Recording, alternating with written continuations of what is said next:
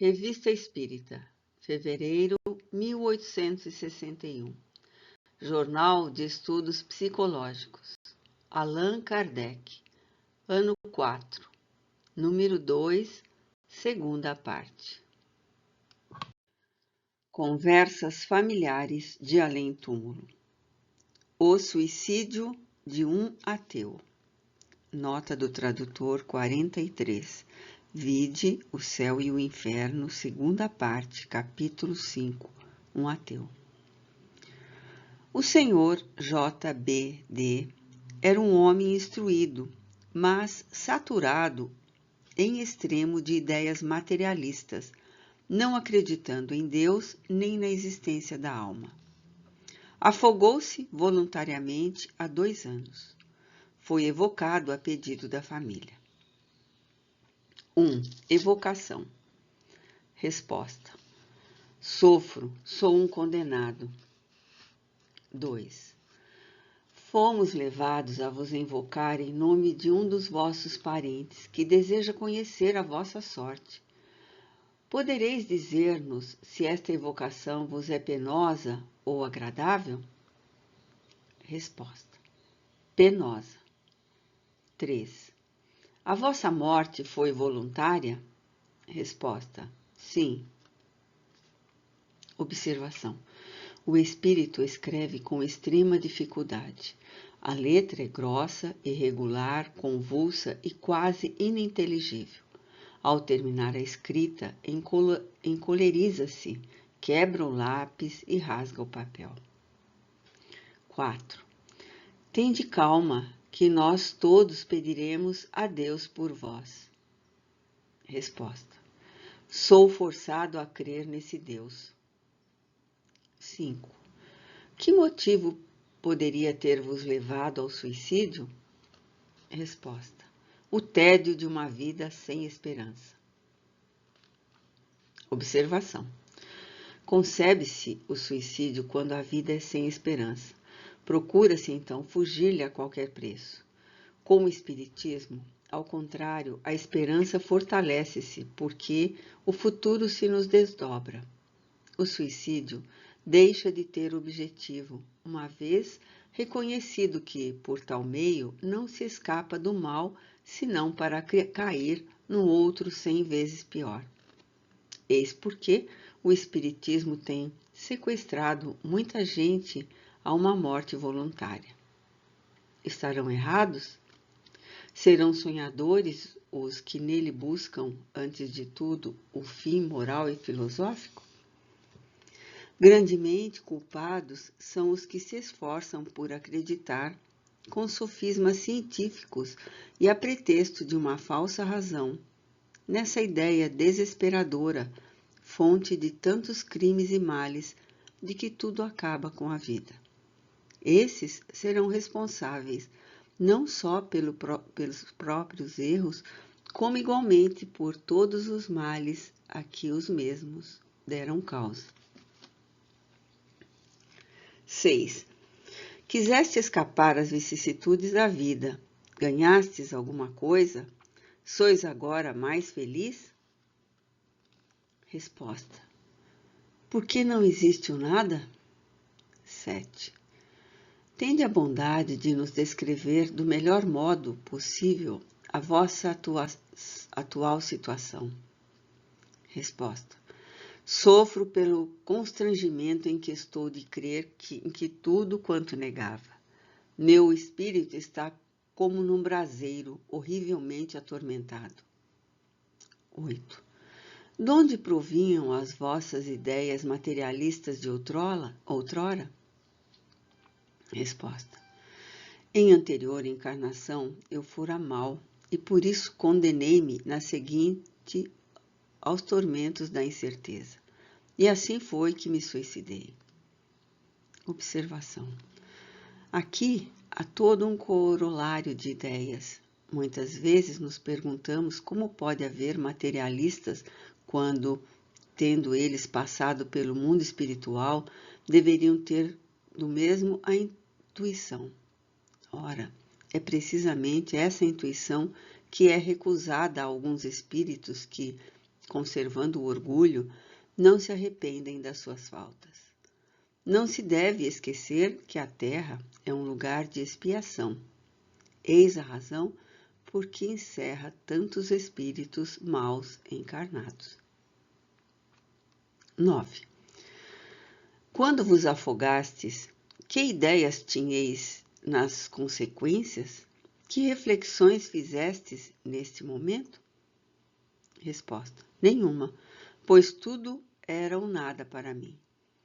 Depois é que vi que, tendo cumprido toda a sentença, teria de sofrer mais ainda. 10. Agora que estais bem convencido da existência de Deus, da alma e da vida futura? Resposta: tudo isso muito me atormenta. 11. Tornastes a ver vossa esposa e vosso irmão? Resposta: não. 12. E por que não? Resposta: para que confundir os nossos desesperos? Exila-se a gente na desgraça e só na ventura se reúne. Eis o que é. 13. Incomodar-vos-ia a presença de vosso irmão, que poderíamos atrair para junto de vós? Resposta: não o façais, pois não o mereço. 14. Por que vos opondes? Resposta: porque ele também não é feliz. 15. Receais a sua presença e, no entanto, ela só poderia ser benéfica para vós. Resposta: não, mais tarde. 16. Vosso parente pergunta se assististes ao vosso enterro e se ficastes satisfeito com o que ele fez na ocasião. Resposta: sim. 17.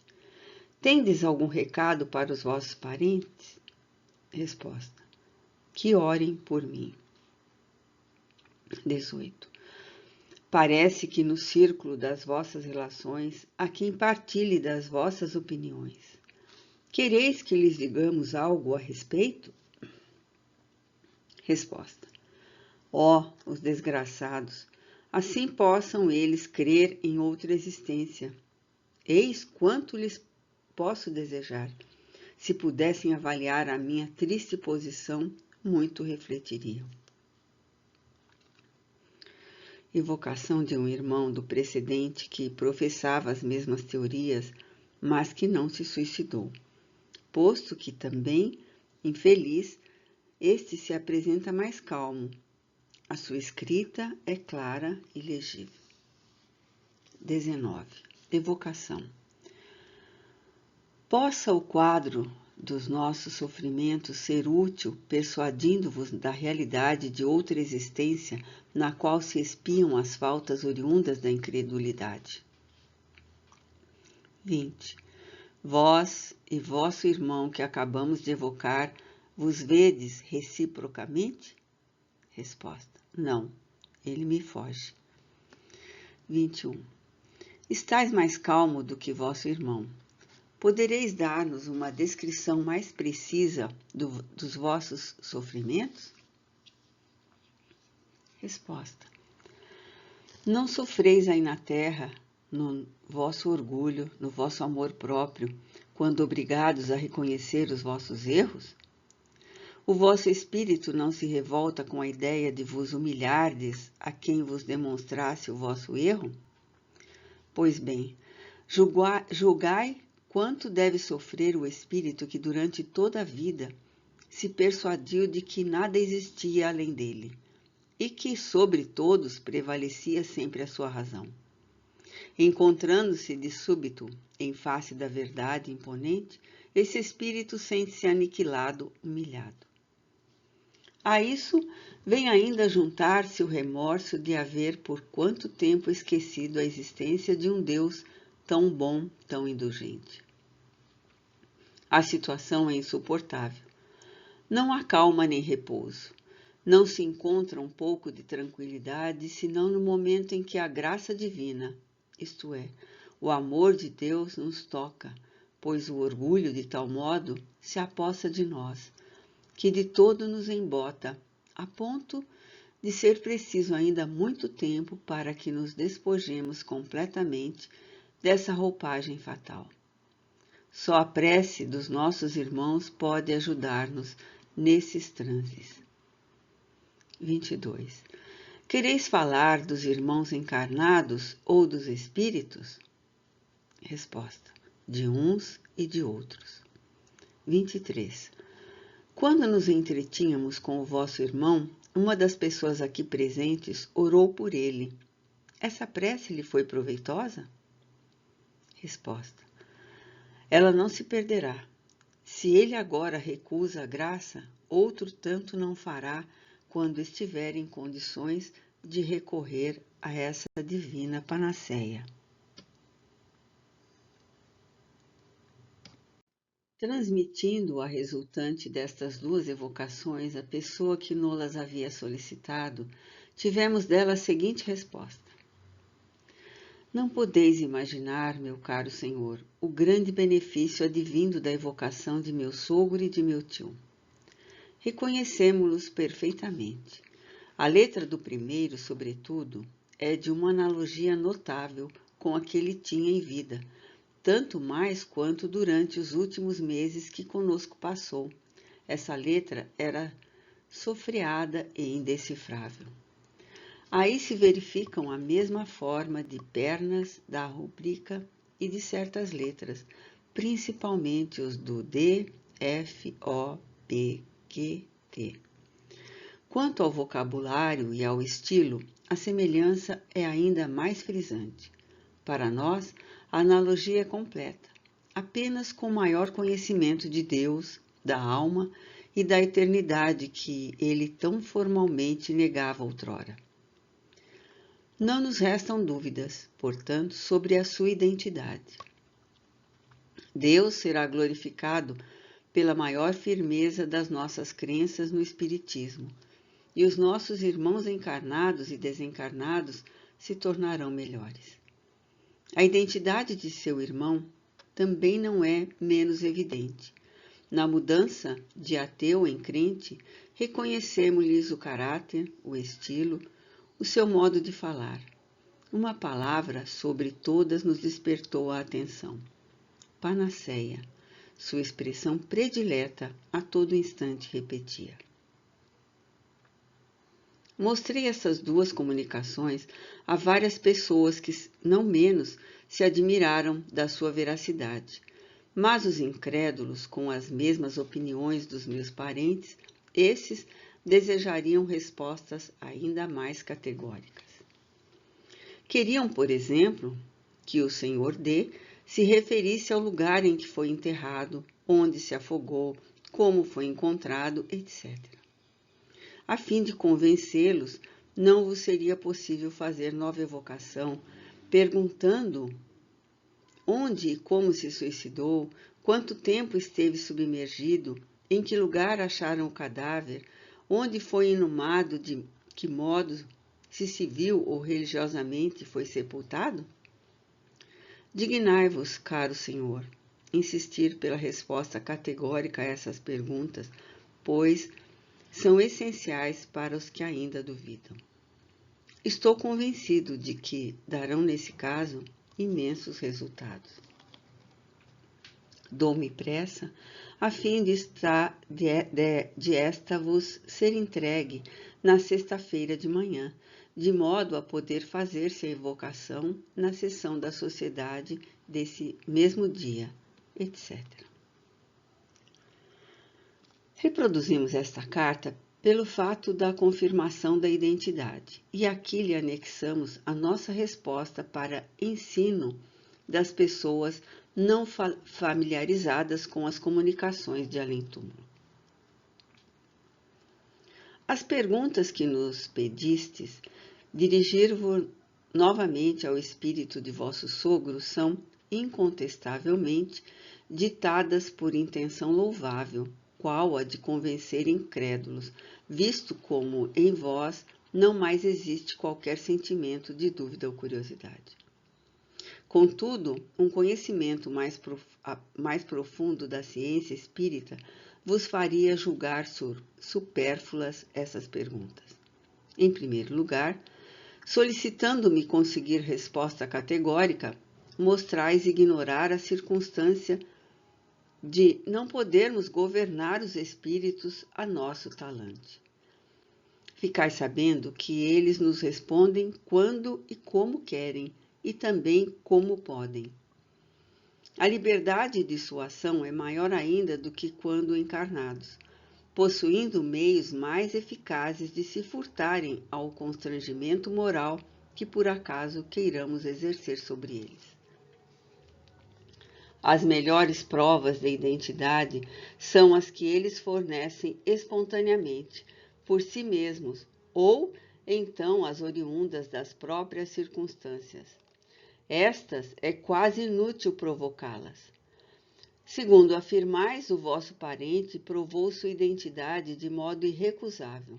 Por conseguinte, é mais que provável a sua recusa em responder às perguntas que podem, e com razão, ser consideradas supérfluas, visando satisfazer a curiosidade de pessoas que lhes são indiferentes. A resposta bem poderia ser a que outros têm dado em casos semelhantes, isto é, para que perguntar coisas que já sabeis?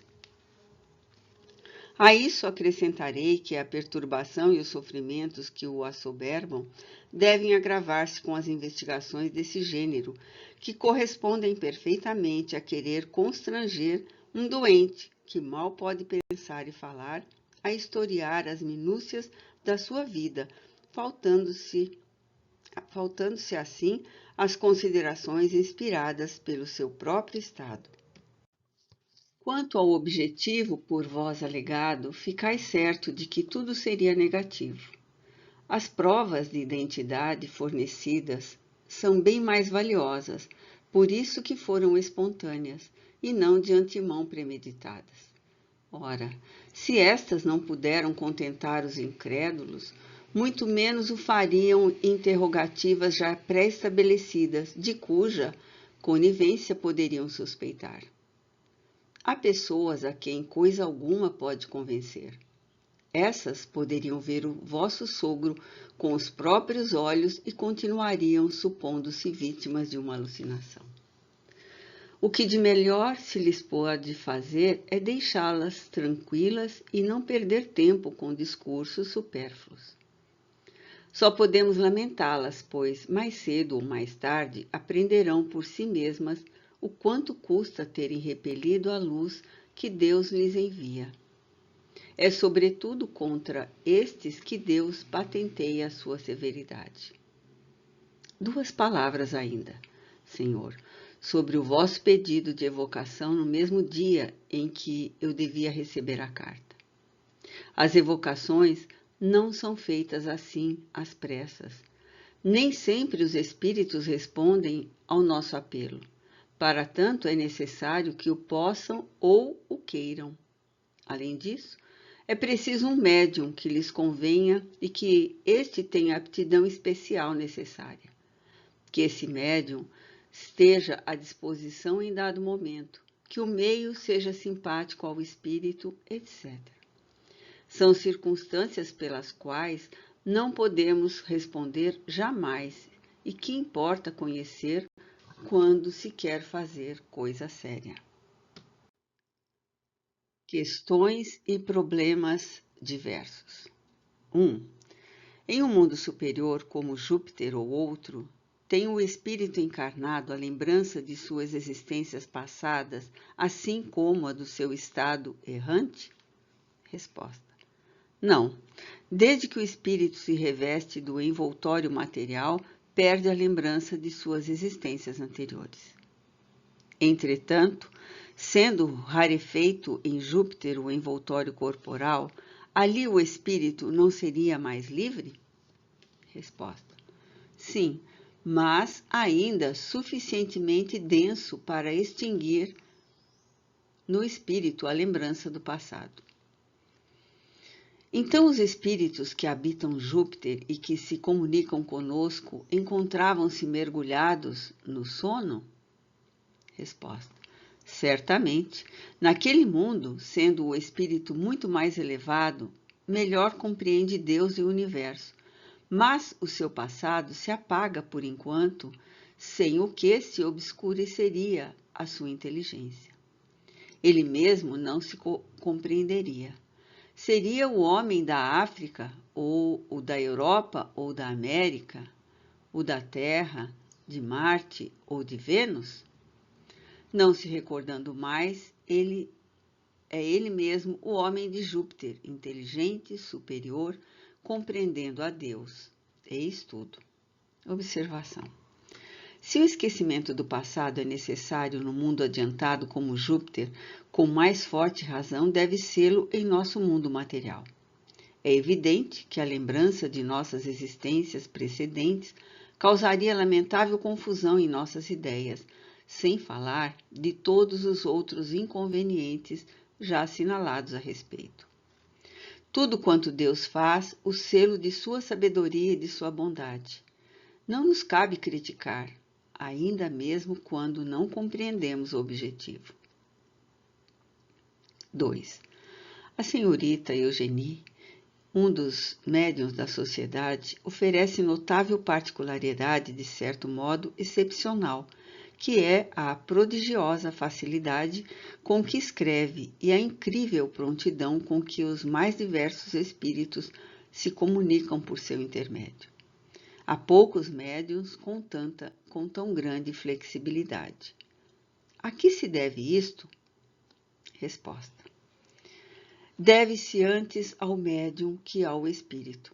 Este escreveria menos veloz por outro médium, pela razão de que a natureza do instrumento já não seria a mesma. Assim, há médiuns desenhistas, outros são mais aptos para a medicina, etc. O espírito atua conforme a mediunidade. Deve-se, pois, a uma causa física, antes que a uma causa moral. Os espíritos se comunicam tanto mais facilmente por um médium, quanto mais rapidamente se dá a combinação entre os fluidos deste último e os do espírito. Mais que os outros, ele se presta à rapidez do pensamento de que se aproveita o espírito, como vós aproveitais de um carro rápido quando estáis com pressa. Esta vivacidade do médium é puramente física. Seu próprio espírito não tem nenhuma participação nesse processo. As qualidades morais do médium não terão alguma influência? Resposta.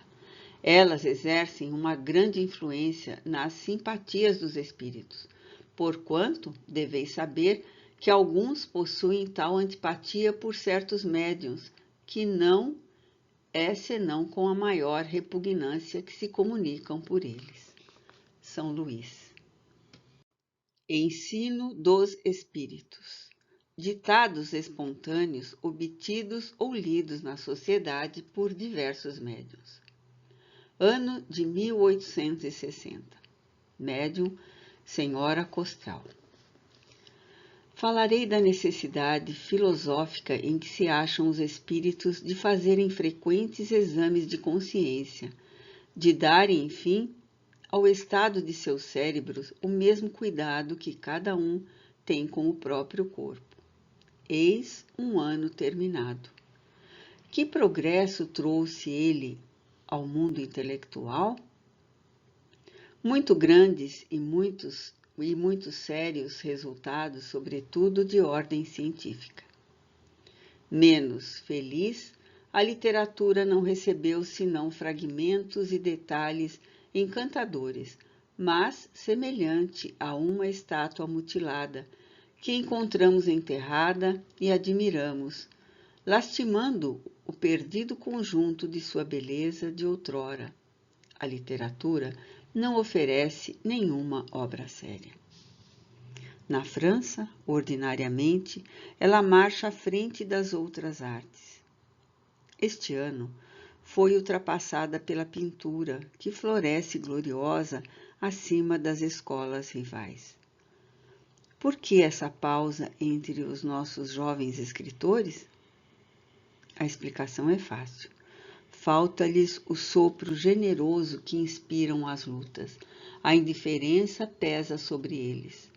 Folheiam-nos, criticam-nos, mas não os discutem apaixonadamente como no meu tempo, em que a luta literária dominava quase todas as preocupações. Depois, não se improvisa um escritor, e é um pouco disto que cada um faz. Para escrever, são necessários longos e profundos estudos. Estes faltam absolutamente à vossa geração, impaciente de gozo e preocupada, antes de tudo, com o sucesso fácil. Termino admirando a marcha ascensional das ciências e das artes e lamentando a ausência de generosos impulsos nos espíritos e nos corações. J.J. Rousseau. Observação. Obtida espontaneamente, prova essa comunicação que os espíritos que deixaram a Terra ainda se ocupam com o que aqui se passa e que lhes interessa, e seguem a marcha do progresso intelectual e moral.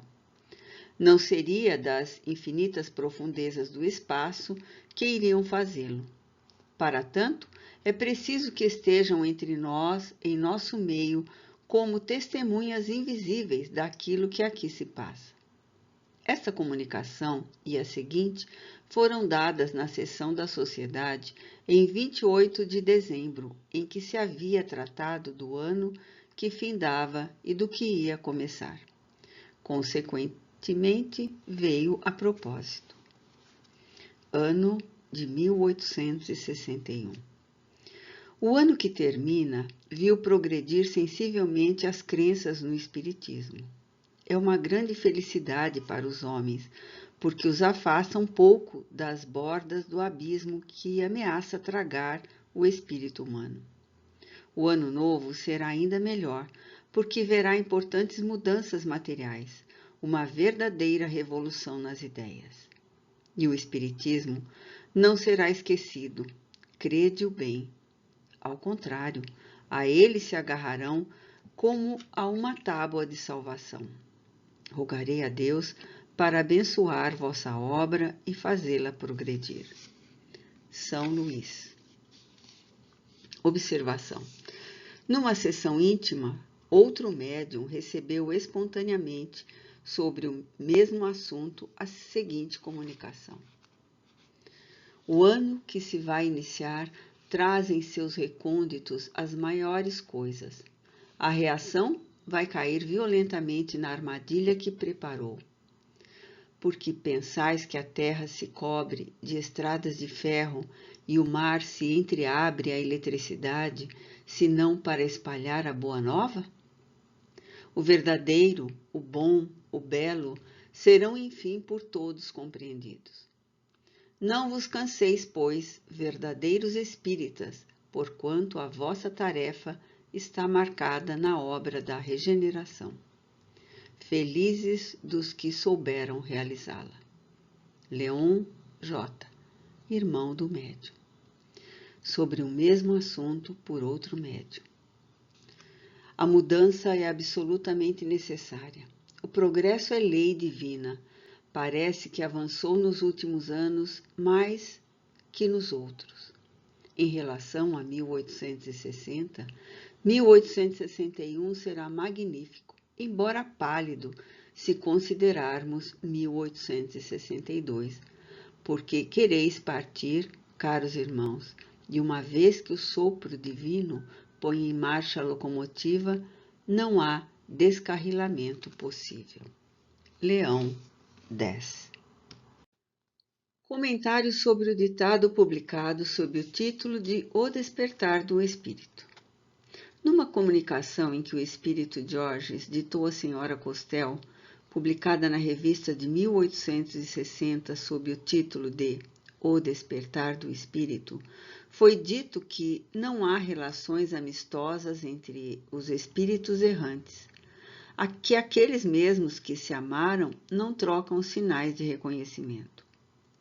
Em várias pessoas, essa teoria causou uma impressão muito penosa, sobretudo porque os leitores da revista consideram aquele espírito elevado, havendo admirado a maioria de suas comunicações.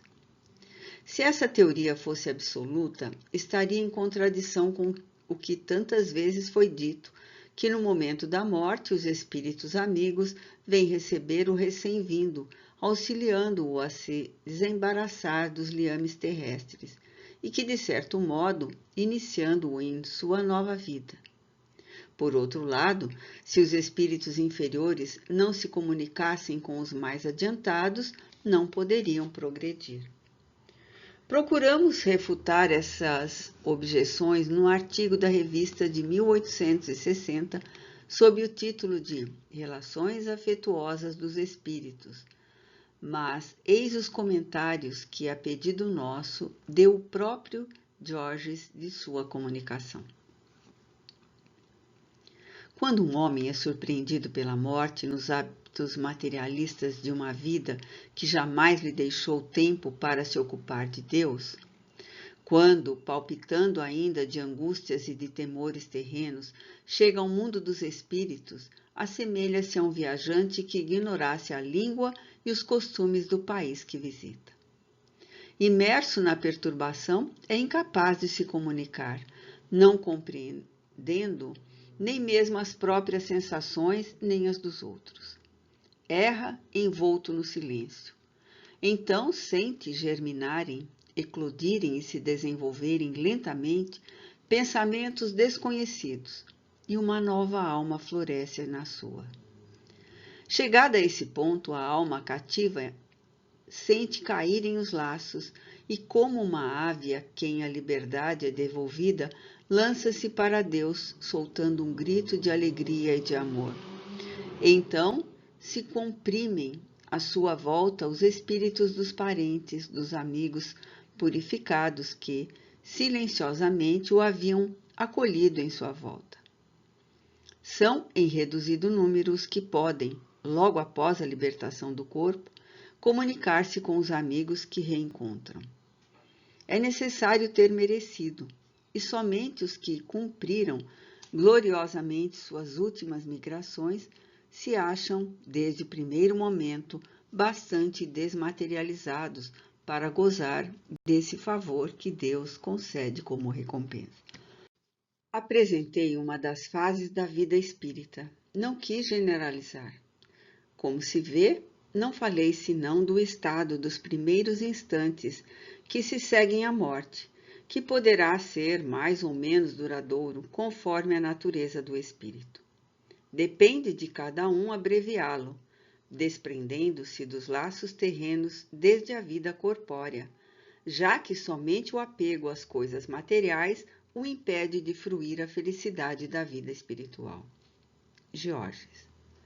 Observação. Nada é mais moral que essa doutrina, pois nos mostra que nenhum dos gozos prometidos à vida futura é obtido sem mérito, que a própria felicidade deve rever os seres que nos são caros e com eles conversar pode ser adiada. Numa palavra, que a situação na vida espírita, como em tudo, será o que fizermos pela nossa conduta na vida corpórea. Os três tipos. Continuação. Nota. Nos três ditados seguintes, o espírito desenvolve cada um dos três tipos esboçado no primeiro. Vide o número de janeiro de 1861. 1. Aqui no vosso mundo, o interesse, o egoísmo e o orgulho abafam a generosidade, a caridade e a simplicidade. O interesse e o egoísmo são os dois gênios maus do financista e do novo rico. O orgulho é o vício do que sabe e, sobretudo, do que pode. Quando um coração verdadeiramente pensador examina esses três vícios horríveis, sofre porque o homem que pensa sobre o nada e sobre a maldade deste mundo é, em geral, não o duvideis, uma criatura cujos sentimentos e instintos são delicados e caridosos.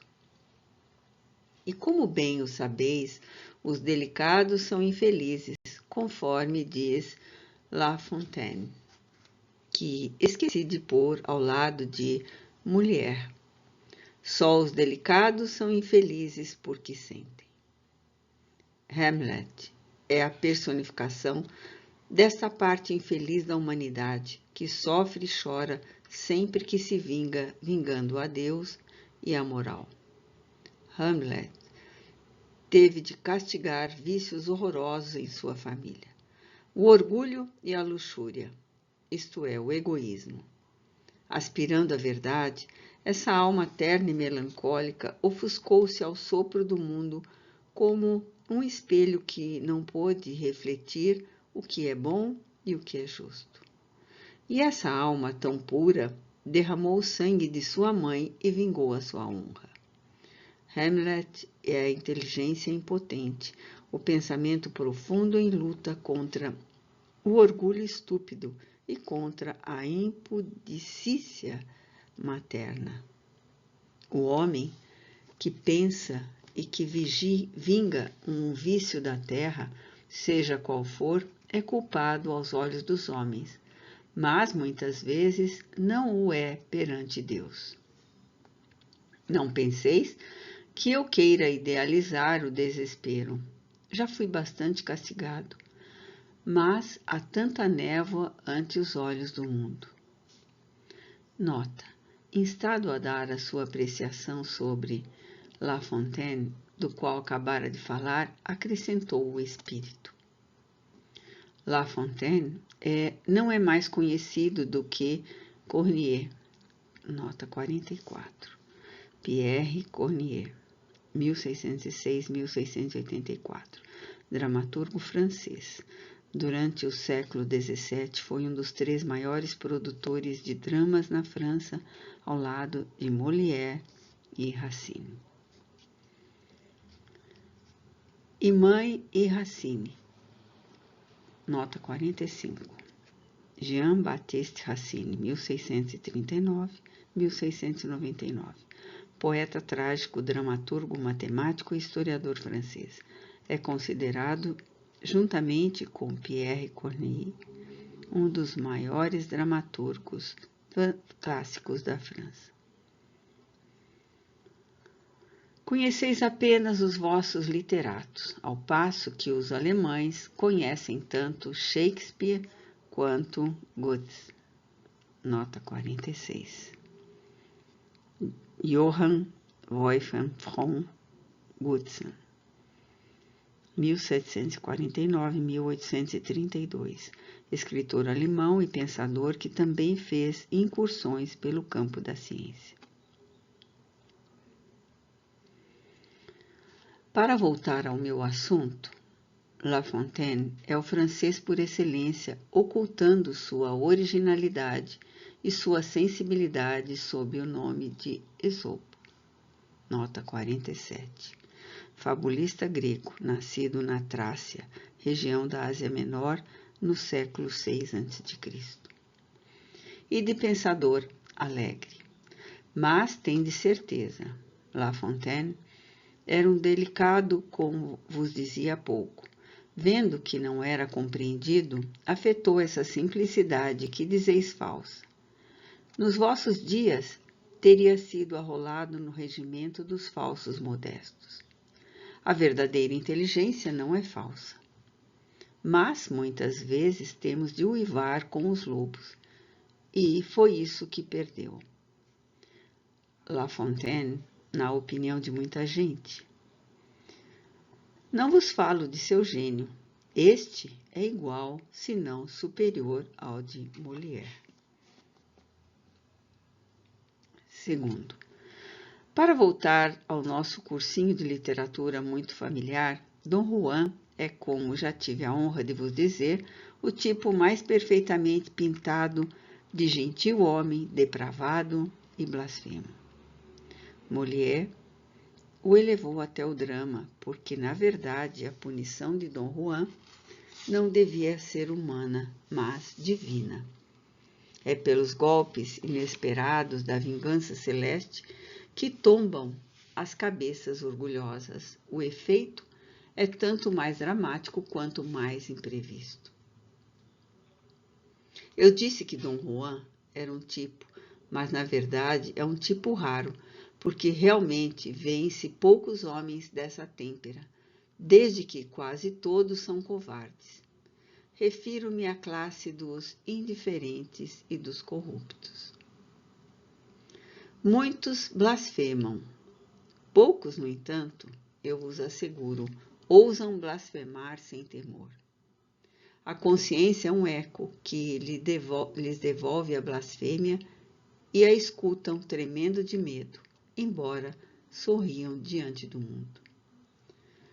São o que hoje chamamos de fanfarrões do vício. Esse tipo de libertino é numeroso nos vossos dias, mas estão muito longe de serem filhos de Voltaire. Para voltar ao nosso assunto, Molière, como o autor mais sábio e o observador mais profundo, não somente castigou os vícios que atacam a humanidade, como os que ousam dirigir-se a Deus. 3. Até agora vimos dois tipos, um generoso e infeliz, outro feliz, segundo o mundo, mas bem miserável perante Deus. Resta-nos ver o mais feio, o mais ignóbil, o mais repugnante. Refiro-me a Tartufo. Na antiguidade, a máscara da virtude já era horrenda, porque, sem se haver depurado pela moral cristã, o paganismo também tinha virtudes e sábios. Mas, diante do altar do Cristo, essa máscara é ainda mais feia, por ser do egoísmo e da hipocrisia. Talvez o paganismo tenha tido menos tartufos que a religião cristã.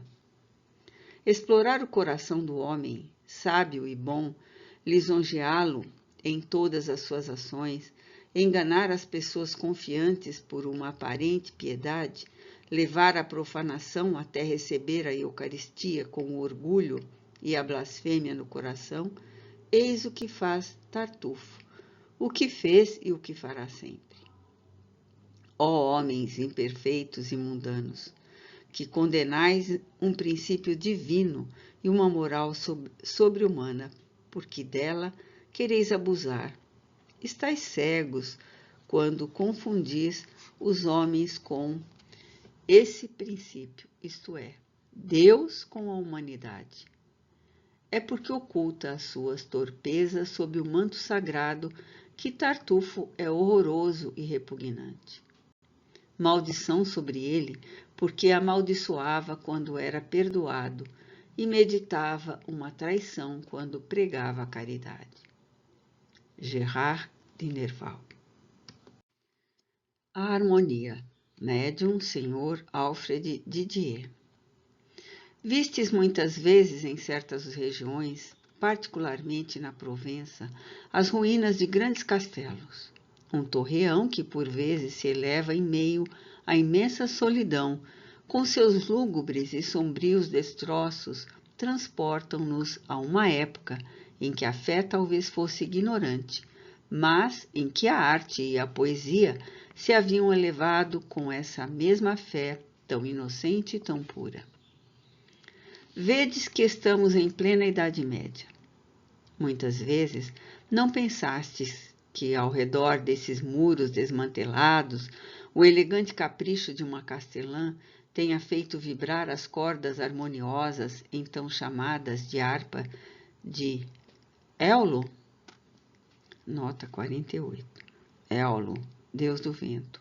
Harpa eólia, instrumento cujas cordas são tangidas pela ação do vento. Ah, que pena! Tão rápidos como o vento que os fazia vibrar, desapareceram torreões, castelãs e harmonias. Aquela harpa de Éolo embalava o pensamento dos trovadores e das damas. eram ouvidas com recolhimento religioso. Tudo acaba sobre a vossa terra. Aí raramente desce a poesia do céu para logo alçar voo. Nos outros mundos, ao contrário, a harmonia é eterna, e o que a imaginação humana pode inventar não iguala essa constante poesia, que está não somente no coração dos espíritos puros, mas também em toda a natureza. René de Provence, Allan Kardec.